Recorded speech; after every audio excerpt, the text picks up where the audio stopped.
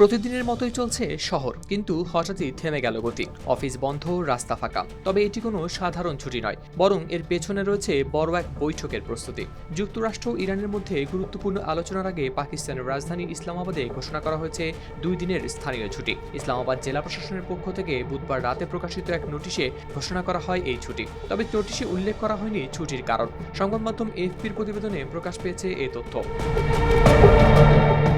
সাধারণত উচ্চ পর্যায়ের কূটনৈতিক কর্মসূচির আগে নিরাপত্তাজনিত কারণে ইসলামাবাদে প্রায়ই জারি করা হয় এ ধরনের ছুটি বা বিধিনিষেধ। মধ্যপ্রাচ্যের যুদ্ধ স্থায়ীভাবে বন্ধ করা নিয়ে যুক্তরাষ্ট্র ও ইরানের মধ্যে উচ্চ পর্যায়ের আলোচনার প্রস্তুতি নিয়েছিল পাকিস্তান। পাকিস্তানের কর্তৃপক্ষের নোটিশ অনুযায়ী বৃহস্পতি ও শুক্রবারের এই ছুটি শুধু ইসলামাবাদ ক্যাপিটাল টেরিটরিতেই কার্যকর ছিল। নোটিশে আরও বলা হয়েছে, যেসব দপ্তর সংস্থা জরুরি সেবা দিয়ে থাকে সেগুলোর কার্যক্রম ছুটির সময়ও চালু থাকবে। এর মধ্যে রয়েছে পুলিশ, হাসপাতাল, বিদ্যুৎ ও গ্যাস সরবরাহকারী সংস্থা।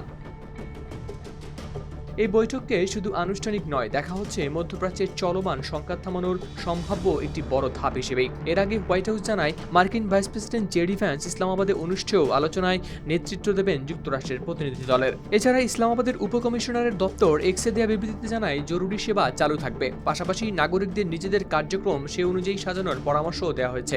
সব মিলিয়ে শহরের এই নীরবতা ছিল আসলে ঝড়ের আগের প্রস্তুতি, যেখানে কূটনৈতিক একটি বৈঠক বদলে দিতে পারে পুরো অঞ্চলের ভবিষ্যৎ। হাওলাদার শামীম, RTV।